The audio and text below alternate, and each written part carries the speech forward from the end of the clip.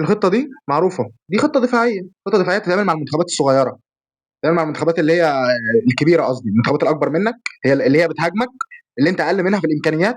بتعمل الخطه دي، بترص خمسه ورا وتلعب بقى مع التحولات والترانزيشن، تحط صلاح ومرموش مهاجمين، تمام. بس هل بنين هو المنتخب اللي هيهاجمك؟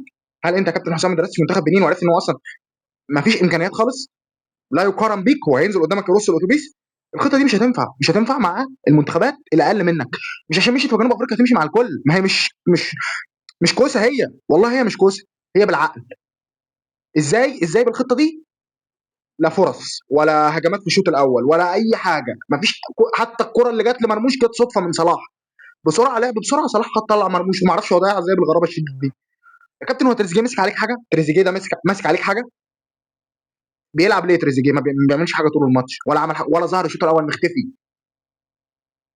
وابراهيم عادل، انت بادئ بابراهيم عادل ليه؟ ابراهيم عادل ده لعيب اناني من الدرجه الاولى، لعيب نازل عايز يقعد يحنكش ويرقص، هو كان عنده بوتنشال قوي، بس خلاص. اسحب ابراهيم عادل واسحب تريزيجيه ونزل مصطفى محمد والعب عرضيات، الفرقه دي نقطه ضعفها العرضيات.